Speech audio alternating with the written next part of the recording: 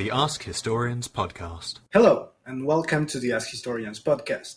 My name is Morgan Lewin. I am one of the moderators over at Ask Historians, writing under the username Aquatermain. Joining me today is one of my fellow moderators, Dan Howlett. Hello, Dan. Welcome. Hi, Morgan. It's great to be back on the podcast. It's great to have you. Okay, so today we are going to be talking about something that is very interesting and something that is very near and dear to my heart. We are going to be talking about disability studies, body and disability studies, particularly in early history of the Americas. And to start us off, I would like to ask you, why? Why should we be looking at body and disability histories? Yeah, so this is something that when I started my PhD program, I didn't actually anticipate doing body history. I knew disability was something that was interesting and might show up. And as I started looking at it, my interest had generally gone around race, gender, and disability. Three types of social and cultural histories that go with that. And I realized if I'm interested in looking at how power is shaped and structured, everyone has a body. Everyone's bodies are used in those power structures along those lines of race, gender, and disability. And one of the things I'm looking at with my dissertation work right now is that when you have a white hierarchy and a male hierarchy in your power structures, the only other way to get the remaining bodies that you don't control is looking at disability and class. So disability is one of those ways because almost everyone's going to become disabled at some point in their lives. If they are not born disabled or become disabled by an accident, you will probably age into a disability. So it gives the power structures another way to just exert more control. Mm-hmm. So in this particular context, because we are in a time in which disability studies in general are booming, which is a beautiful thing to see, particularly in the humanities. But in our context, how would you describe or how would you define disability within a historical context? Historically, disability is a tricky category. You run into a lot of problems of what do you call a disability? Is something that disability studies is going to look at as disability in the past, something we'd call disability today. We can't medicalize or diagnose a lot of the people in the past. Even if we were all medical doctors, looking at a historical subject is something we can't say, oh, if this was a patient, I'd call them this. We just don't have that ability, and making it something medical also forces a term that wouldn't have been used onto a subject that makes no sense to them. One term that I run into a lot is distracted. And Martha Corey says, we must not listen to what these distracted children say. Mm-hmm. And distracted can mean a lot of different things in the past. So we're not going to diagnose something. So disability is really looking at different variations. Christopher Muzzi has a great book, The Idea of Disability in the 18th Century. In it, he argues because the subjectiveness of disability and how disabilities can be something in one context and then not disability in another. Like if you have vision problems, listening to music is not going to be something where that causes a disability for you. But if you're trying to read words off the page, then it is a disability. So we need to look at how these variables and differences manifest themselves in a wide variety of contexts. So he uses the term variability.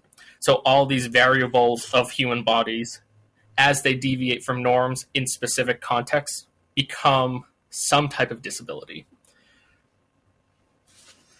I think that's very interesting, and I want to touch on something that you were mentioning, because one of the things that one tends to encounter when doing history is the perils of being anachronistic, right? And of trying to perceive historical events and historical people and historical bodies in this context through a lens that is extremely far removed from that particular context.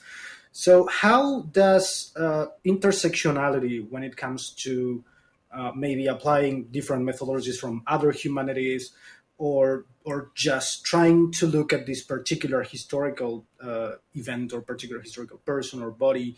How does intersectionality help you in your research? So I'd say it helps in that when you're looking at different subjects, there's a number of identities that create a disability context for them.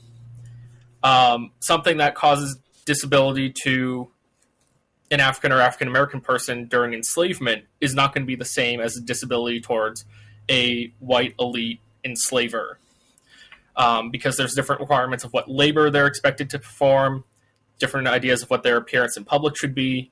So disability is going to look different based on these other experiences as well. And we need to look at people at this intersectional level of all these differences and conflicting identities as well to figure out how ideas of disability in the past functioned, and that's wrapped up in race and gender, class, and all these other themes that I'm going to guess people are more familiar with since disability is much more recent in history, but it touches on like everything that we've done already. Mm-hmm. And before we move on to specific historical examples and analysis, this brings me to another point that I would like to ask you about, which deals with the historical record and the archives.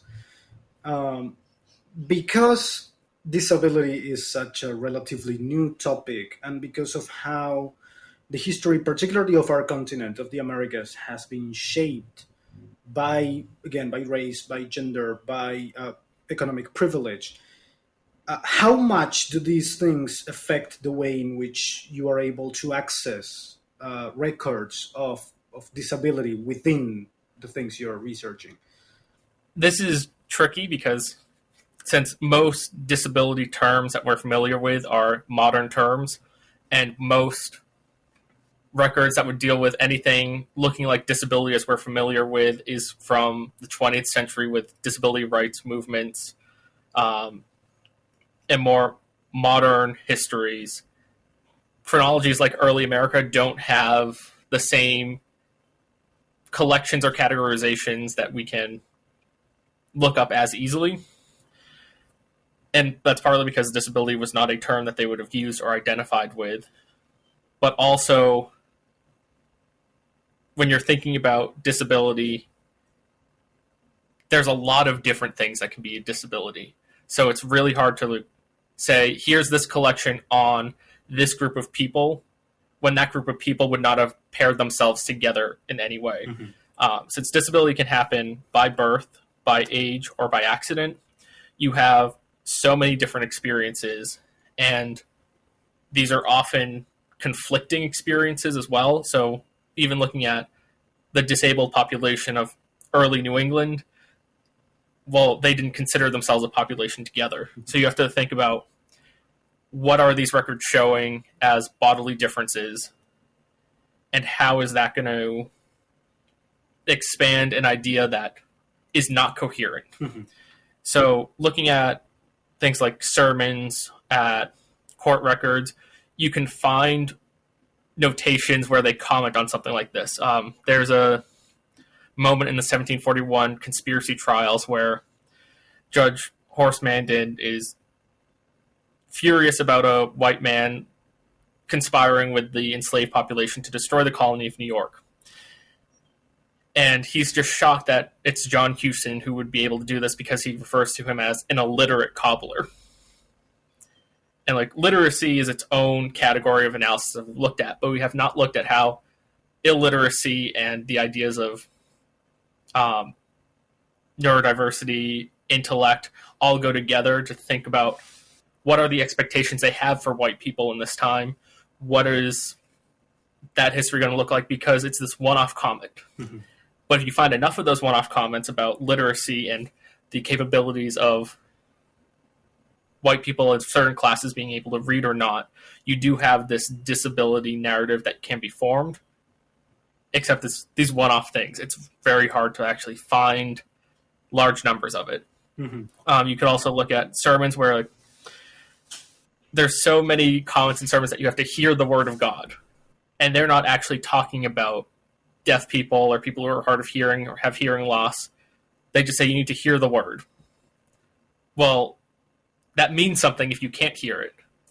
They might not explicitly say it, but anytime they talk about something the body can or cannot do, or that the mind can or cannot do, it does have this implicit disability connotation to it. Mm-hmm.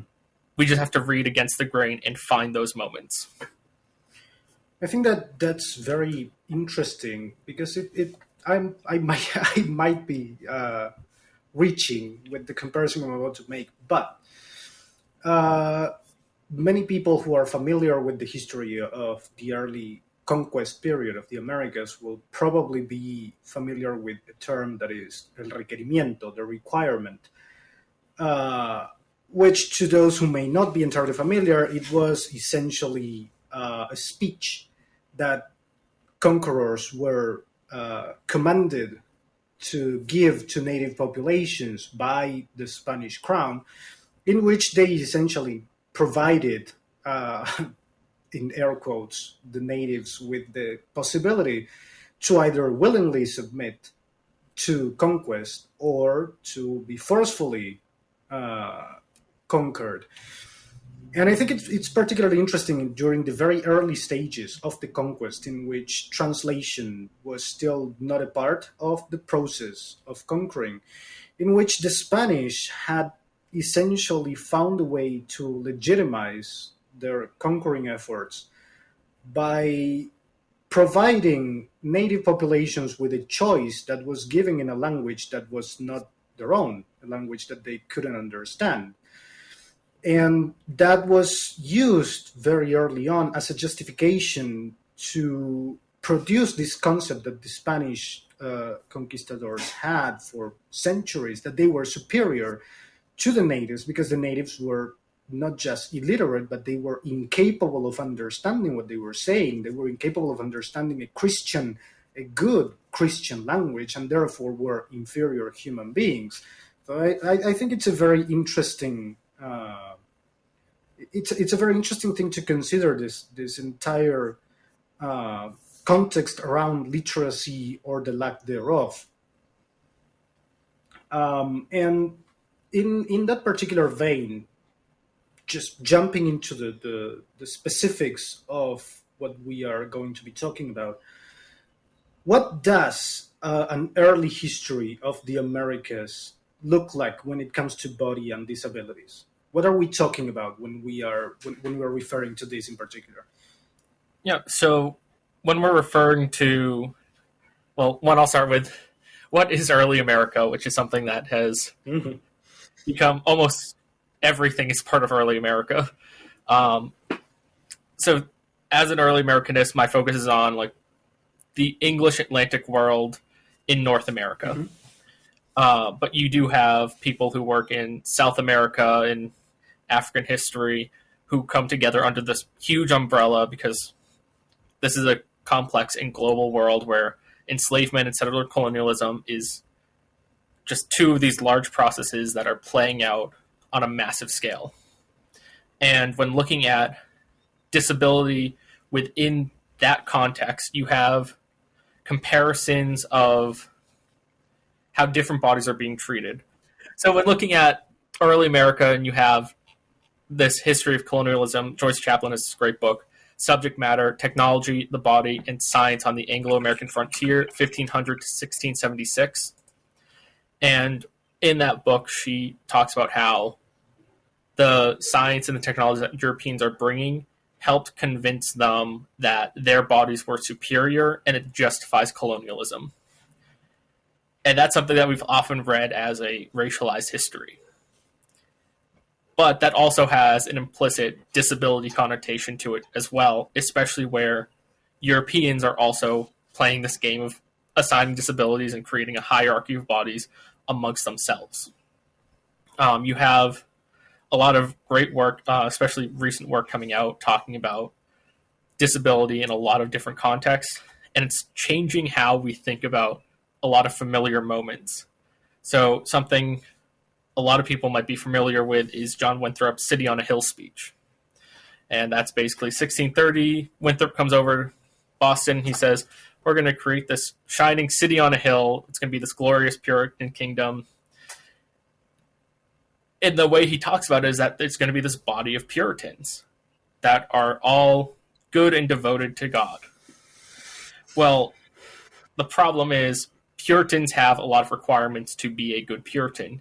You need to read the Bible, you need to speak your prayers, you need to hear the word of the preacher, all of which have these inherent abilities that you need in your body. And Winthrop also comes up with he writes a lot on the dissenters that occurred during his time, Anne Hutchinson and Mary Dyer being famous ones. And there's a great article that came out a few years ago by Jonathan Beecher Field. It's called The Governor's Two Bodies, Polity and Monstrosity in Winthrop's Boston. So Hutchinson was a dissenter from the Puritans, and there's the huge trial and the banishment of her that a lot of Americans are probably going to be familiar with in some degree. She goes and joins Roger Williams down in Rhode Island. But she's not a good Puritan. And Winthrop needs to make sure he's characterizing her as not a good Puritan. And the way he does that to her and Mary Dyer, he says that they had monstrous births.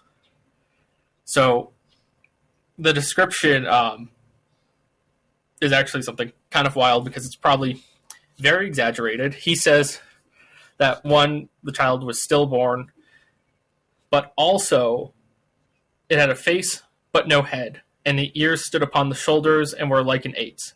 It had no forehead, but over the eyes 4 horns, hard and sharp. 2 of them were above 1 inch long, the other 2 shorter, the eyes standing out, and the mouth also. The nose hooked upward, all over the breast and back, full of sharp pricks and scales, like a thornback. The navel and the belly, with distinction of the sex, were where the back should be, and the back and hips before where the belly should have been. Behind the shoulders, it had 2 mouths, and in each of them a piece of red flesh sticking out. It had arms and legs as other children, but instead of toes, it had on each foot 3 claws, like a young fowl with sharp talons. Now, this narrative of a monstrous birth is actually not that uncommon for like early modern stories and science tales and these wondrous things that happen. If you look for them, you can find a bunch of stories like this. I'm just going to guess this is not exactly how it happened. But maybe Anne Hutchinson did have a child that was stillborn, had some type of physical deformity, and this is how they end up describing it. And the reason for describing it this way is if Anne Hutchinson's not a good Puritan, then she can't do everything Puritan women are expected to do. One of those things Puritan women are expected to do is to raise a great large family, which means reproduction is central to Puritan womanhood. So here is God's providential judgment coming down on Anne Hutchinson, basically making it so she can't reproduce the way that she's expected to. So her religious descent is also a physical deviance that happens to her. She can't fulfill womanhood the way she's expected. Mary Dyer, it's the same thing. Also a dissenter, also has a monstrous birth. And while they get exaggerated, there is likely some truth to these histories of monstrous births, and like they have a child that does not look like what they expect or believe a child should look like. So they assign these terms, things get dramatized, fictionalized, but regardless of how much truth is in that particular description, it is still a judgment that you are not a good Puritan, Anne Hutchinson, you therefore cannot reproduce correctly. And that is a disability story.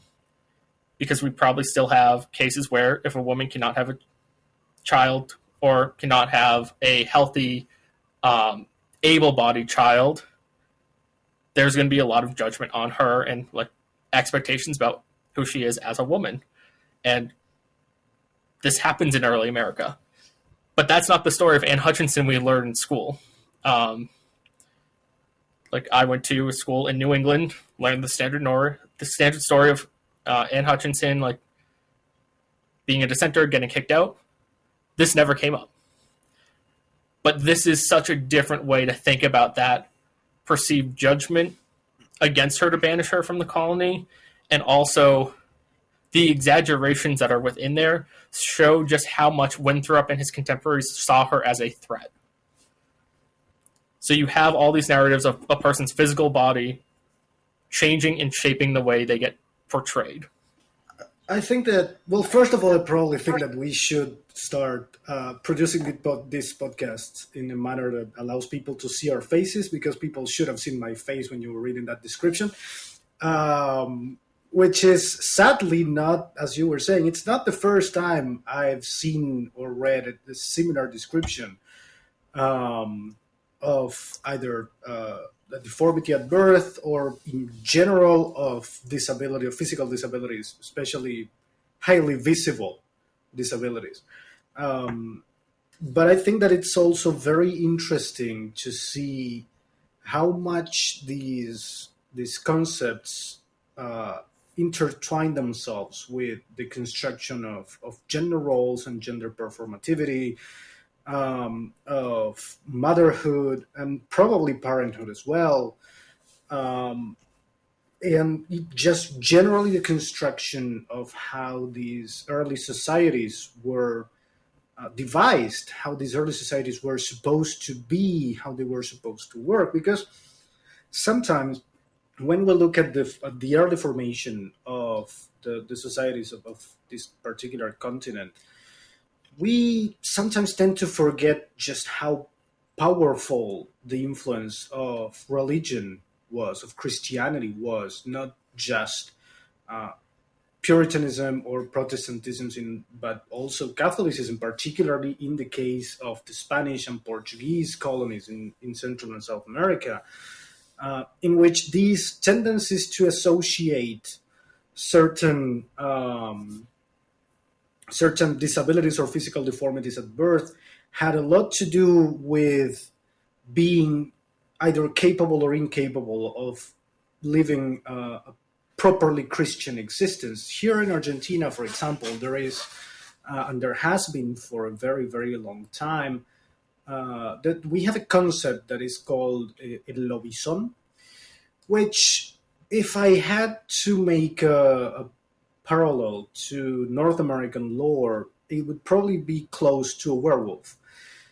But here in Argentina, it's interesting because there is this concept that if a couple has 8 male sons, the 8th one will be inevitably a werewolf. And the way this was constructed, as far as I've been able to understand it, is that because there has been some very interesting work being done in disability studies here in Argentina as well, especially in the early formation of either the colonies or the Argentinian state. And this appears to have come from a concept that deals with Catholics being allowed to procreate, but only to a certain extent here in Argentina, particularly in the late colonial period and the early formation of the Argentinian state, because it wasn't desirable to have too many children,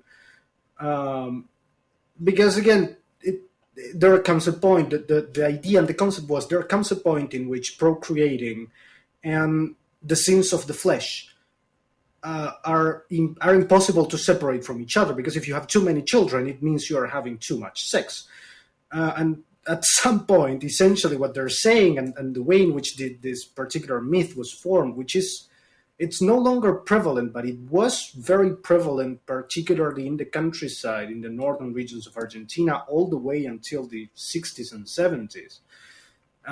This was essentially a way to keep people from having too much sex. This was a way of controlling people's bodies, particularly women's bodies, and keeping them in check. So I think it's fascinating to see these examples and these parallels that we can draw.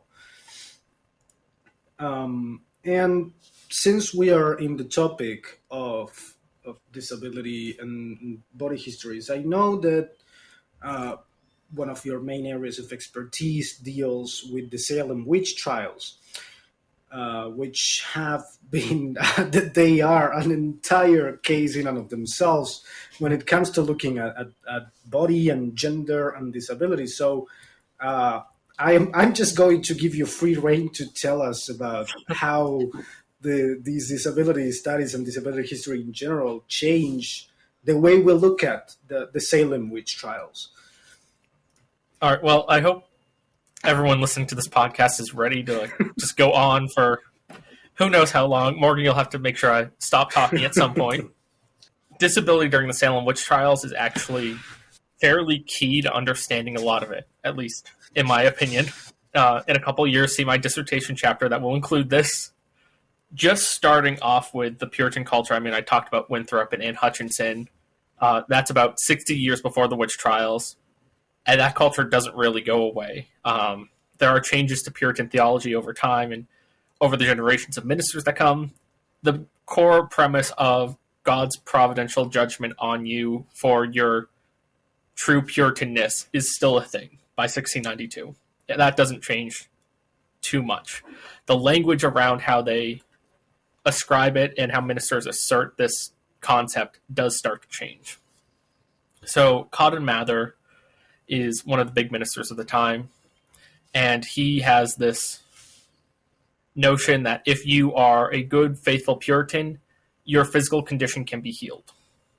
And Mather himself had a stutter, but he wants to go into the ministry. And if he has a stutter and he wants this job that requires like these great orations, it was a huge concern to him that he wouldn't be able to do it. And he writes in his diary that he's going to consecrate all his speech to God and be very thoughtful of it.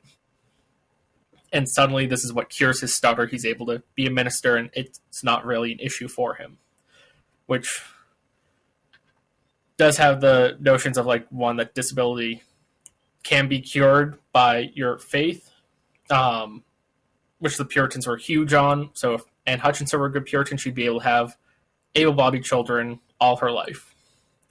If Cotton Mather were a good minister, he'd be able to speak without a stutter interrupting him. And that's tied into the ideas of witchcraft. So Elizabeth Reese has a great book called Damned Women, and she talks about how there is the disproportionate number of accusations against women for witchcraft in New England and all over the place. It was more so women being accused. There are a significant number of men being accused, and I can get to disability in that part as well. But one of the ideas was that the devil is trying to take over your soul. And the way the devil can take over your soul is that it can go through the body, and if you have enough bodily harm, the devil will eventually take over your soul. And women having weaker bodies than men were more likely to be taken over faster, so the devil worked there. So you already have this incredibly problematic narrative that women are the ones likely to succumb to Satan. And it's easier to accuse them. And a lot of times it's their bodily condition that helps prove that they're a witch. So you have these stories about Sarah Osborne was unable to attend the ministry for a year and 2 months before she's accused of witchcraft. So we don't really know what's going on with her. We just know that there's this reference to a period of time where she's not attending the meetings in Salem Village. And if you're a good Puritan, you attend these meetings all the time. She's missed a lot. So we know that she is somehow indisposed and unable to attend. And that's brought up, and it implies that she's more likely to be guilty of witchcraft. So whatever caused her physically to not be able to leave her home and go to the meetings and attend the sermons makes her guilty. Mm-hmm. You have the same narrative against a number of other accused. You have William Hobbes, who has a distemper. And a distemper at this time would be more like the humoral balance is off.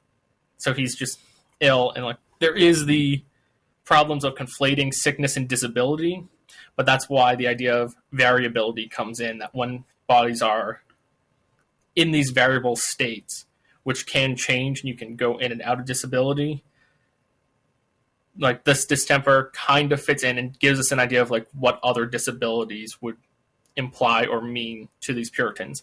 And Hobbes misses some meetings, and they say, when he's arrested, you haven't been to church for a while, you must be guilty as well.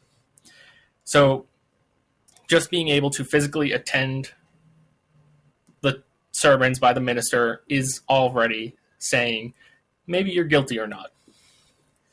But you do have these cases where disability becomes really central to what's happening.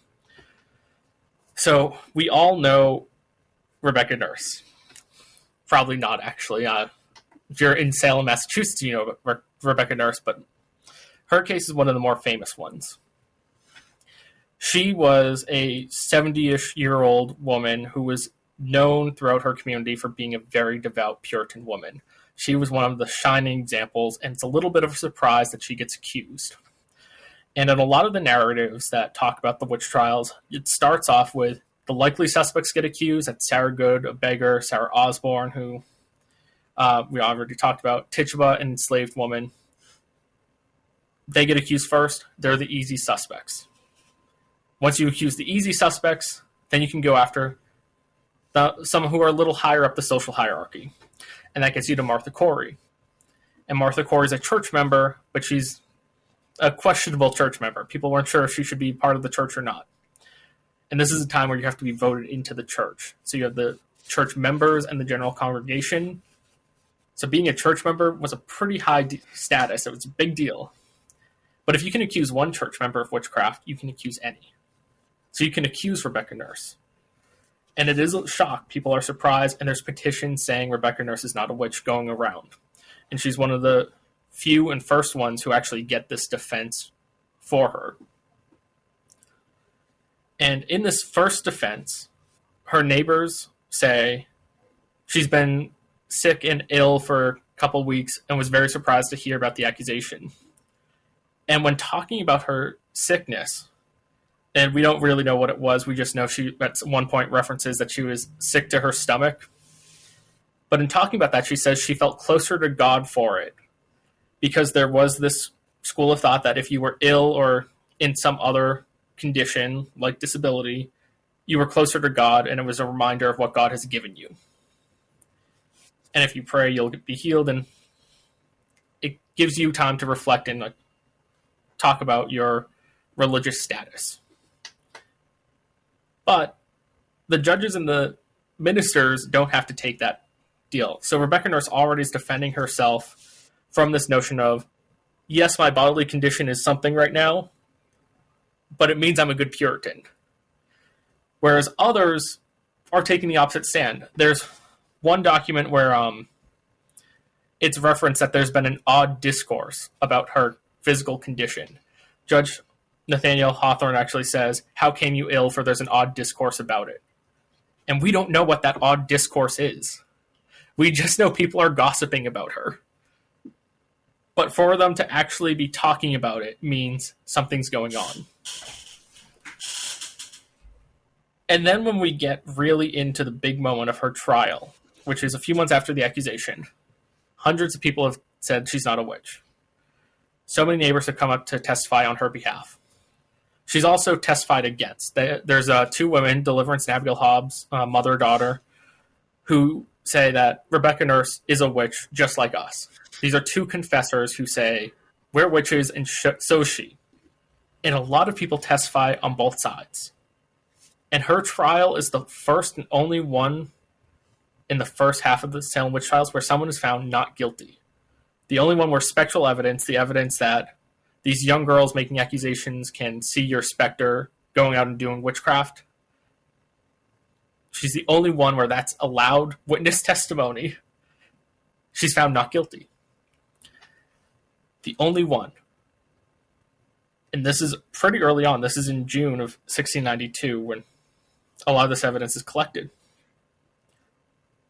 And if she's found not guilty, it means maybe others won't be found guilty. But the judges say, hold up. Let's think about this for a moment. They say that because the Hobbs women said Rebecca Nurse was a witch, and Rebecca Nurse protested, she protests that you have confessors testify against her. Because there is a fair point, you should probably not have prisoners testifying against another prisoner. There's some dubious legal work going on there if that's happening. Rebecca Nurse made that point. And the judges think, wait, she says you can't have one of your company testify against her. What does she mean by her company? Did she inadvertently confess by saying the Hobbs women are of her company? Did she mean you can't have prisoners testify against her, or you can't have other witches testify against her? And the judges decide, let's reconvene the jury, and let's just get clarification on this. And it seems reasonable. Like, oh, we just want to clarify something. So they ask her. And she's about 70 years old. She doesn't hear them. She just stands there. And the jurors think, oh, she doesn't want to tell us what happened. She doesn't want to admit it now. They reconvene and they find her guilty, and she hangs. But between that new verdict of guilty and between her execution, she writes a petition saying that she meant that you can have these other prisoners testify against her. And she says, I, being something hard of hearing and full of grief, had not the opportunity to declare what I intended. I, being something hard of hearing. It's because she's older, she's losing her hearing, that she doesn't know the judges ask her to clarify. And no one does anything about it. And a lot of people will frame Rebecca Nurse as this unlikely victim of the witch trials, because this is the moment that causes her to die. Except it's not unlikely. If you go back and read the documents, this was set up even more from the beginning. Because during her initial examination in March, 3 months earlier, she doesn't hear some of the questions in the examination. And the accusers say, she can't hear you because the devil is whispering in her ear. They directly correlate her hard of hearing with a connection to the devil. And that's what gets her killed. It's not just this one moment in her trial where it's a surprise, gotcha, I can't believe how far Massachusetts has gone down this path into these witch trials. It's something that in March of 1692 they're talking about, and in June comes back to find her guilty. This moment that's used to show that it just got so crazy was built on so much Puritan theology about the need to be able to hear your prayers and what it means if you can't hear. And it proves her guilty, and it means her petition's not going to work. It means she dies, and that there's no example of people getting out of the courtroom not guilty. It helps set up the dominoes to find more people guilty. And that leads to 19 hangings overall. At least deaths in jail. And it's months until someone else stops it. So Rebecca Nurse is not one of these unlikely gospel women that could never have been accused. She's actually one of the likely suspects because they are using the physical conditions of people to go against them. I think that one of the things that I find most interesting, if unsettling, about this is just how much the perception of these disabilities ended up playing into something that is very much, I think, at least in the way I interpreted it, given, which is the fact that during this particular instance, during these trials, the people accused were already presumed to be guilty, which is understandable given the historical context we're looking into. I mean, there's hardly constitutional guarantees in this particular period, given that there's no constitution. But I think that it's very interesting to see just how much, as you were saying, these physical conditions were used as justifications for these guilty verdicts to be reached, that were, again, they even though they had already been established as guilty, proving them, or at least being able to have a jury condemn them as guilty, was still paramount to the process. And it is again, it is highly unsettling, but it is very interesting to see because, at least as someone who is not from the United States and as someone who has heard about the Salem Witch Trials, because who hasn't? In the Western world, at least, Yep. we all know they existed, we all know they happened. And to some degree, most of us at least know some of what happened.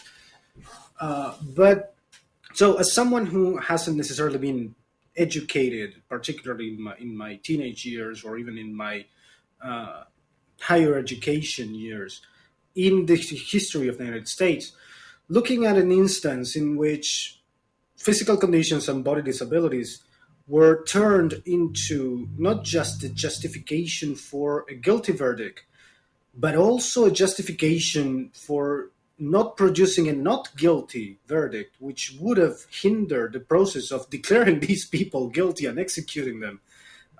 It's not something that I would have considered before this conversation in particular, to be honest. Yeah, and I want to go to one of the points you made. Like, it starts off with she's sick to her stomach, and that's just a quick reference. And like, it probably did pass, and like, doesn't really come up again. But that's also one of the things. Some disabilities are temporary, and some aren't. Rebecca Nurse's hearing loss and being hard of hearing is not temporary. That's just something that came with age, likely.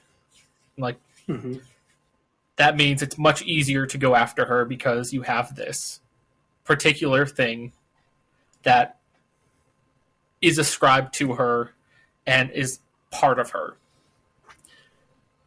The thing about the witch trials is, with all these accusations, the mostly young girls who make accusations against people like Rebecca Nurse, when they suffer witchcraft afflictions, the phrasing used is that they fall deaf, dumb, and blind. So they fall into these fits where they lose these senses, but it passes. So these temporary disabilities are evidence of witchcraft because it's expected this is what Satan and these witches can cause. But they go in and out. They don't stay blind. They don't stay deaf. They don't stay mute. But it does give these young girls the credibility to make accusations. It does the same thing for confessors. Like, Tituba says, "Oh, I'm blind now. I can't answer any more questions." Or if she loses her hearing, she can't answer any more questions, which in some ways is fascinating that, like, you have these young girls in a Puritan society, or you have Tituba, this enslaved woman, using disability to gain power. Because it also means they can suddenly control the narrative. These magistrates and ministers want to hear what they're saying. And if they've become disabled and they can't continue, well, they've already established something that they can remember. They can only give as much as they want. And it's just in their control how things play out. So, like, Ann Putnam Jr. makes an accusation against Martha Corey, who is a church member. And they think, okay, we need to see, is the specter of Martha Corey coming and attacking Ann Putnam Jr.? Because if the specter of her is there, then it's proof that she's guilty. So they think, okay, we're going to get her. And what clothes is the specter wearing? Because if they go and visit with the real Martha, and she's wearing the same clothes that Anne sees, well, that's proof. And Anne Jr. says, "Oh, I can't see now, she's blinded me." They don't follow up on the fact that, like, you were just seeing her. Like, she was right there, you just saw her. It's when they ask the question, she suddenly can't see her. Mm-hmm. So, this memory lapse of, like, the specter that you had been seeing, it could have proven that she was wrong and lying. It could have easily done it. And whenever these moments happen, when Tituba's giving her confession and wants to stop answering questions, she gets to say, "Oh, I can't hear now." She can't hear the judges. Which means she then controls the narrative that she's telling in her confession. So disability is also used to flip the power hierarchy during these trials for these unlikely leaders in it to actually decide how this is going to play out. Mm-hmm. So you have disability being both something that bolsters women in their role in the witch trials and is detrimental and causes their executions. Mm-hmm. And I think that dynamic of these two different directions that disability goes is just fascinating. I agree. I absolutely agree. I think that thinking again about the whole topic of intersectionality and how disability studies often require us to be able to look at history through the lens of other humanities and other disciplines, because it is something that tends to come up in music history as well. Disability and music have always had a very complicated relationship, particularly when it comes to its historical study, because music and the performance of music has tended to be historically a rather ableist practice in general, because most musical instruments require you to be able to either have a full control of your hands or full control of your breathing and your respiratory system, or being able to read sheets of music. You can look at it in many different ways. But at the same time, there have been many artists and many composers and many musicians throughout history who have performed musically with many different forms of either permanent or temporary disabilities, with birth disabilities, with accident-caused disabilities, even with disabilities that, like you were saying, that ended up being either caused by age or by other factors. The easiest example is, of course, Beethoven. Although he wasn't the only composer who ended up becoming first hard of hearing and then fully deaf over time, he is definitely the most famous example. But I think it's very interesting to look at the way in which, in this particular case we've been talking about, in which disability has, like you were saying, been used as an instrument to control the power dynamics and the narrative in the way in which the narrative is constructed. There is this Icelandic philosopher called Asta Sveinsdóttir. She has a fascinating book called, I'm probably going to have to read this because it's a very long name. I have it somewhere here. It's called Categories We Live By, the Construction of Sex, Gender, Race, and Other Social Categories, which is essentially centered around the concepts of how we come to create and construct what she called features and socially significant features, which to her, to Ashta, the socially significant features are features that an individual has that for some reason or another end up being perceived by their context, by their society, their family, their church in this particular context, in which these features are perceived to create a narrative around whether these people are deserving of performing certain civic and human roles in general. Even though Ashta mostly focuses in this particular case on gender and race and sexuality, she also uses several examples of physical disabilities and of neurodivergence to illustrate this point that you were making, this idea that the way in which we are perceived is often shaped by the way in which society needs us to be perceived, by the way in which the context in which we are being seen, in which we are being judged, in which we are being, again, constructed as individuals, is what is required of us. So I think it's truly fascinating to see, and it's been fascinating to get to talk to you about these issues, truly. Yeah. And that actually reminds me, there's a great article. It's called George Washington's Dentures, Disability, Deception in the Republican Body by Jennifer Van Horn. This article talks about Washington's dentures, which at least in North America, you might have heard of, like the wooden teeth of George Washington, which is not actually what he had, but he had dentures made with teeth taken from enslaved people. which very much changes that story of George Washington. And what Van Horn argues is that he needs his dentures because to be this new leader of a new nation, there's an expectation of what his physical appearance is going to be. There's an expectation of what his class requires. Mm-hmm. And having a full set of teeth so that, like, aesthetically what you look like, how you can speak, matters. So taking teeth, which he did pay enslaved people for their teeth, which is just an interesting power dynamic there.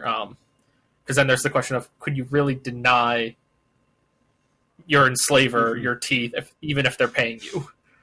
And Van Horn tells this fascinating story about how these dentures display the power dynamics that are going on in early America, how the government is forming under this visual impression, and also that this story really shows, like, African Americans were a part of that story and were necessary to it.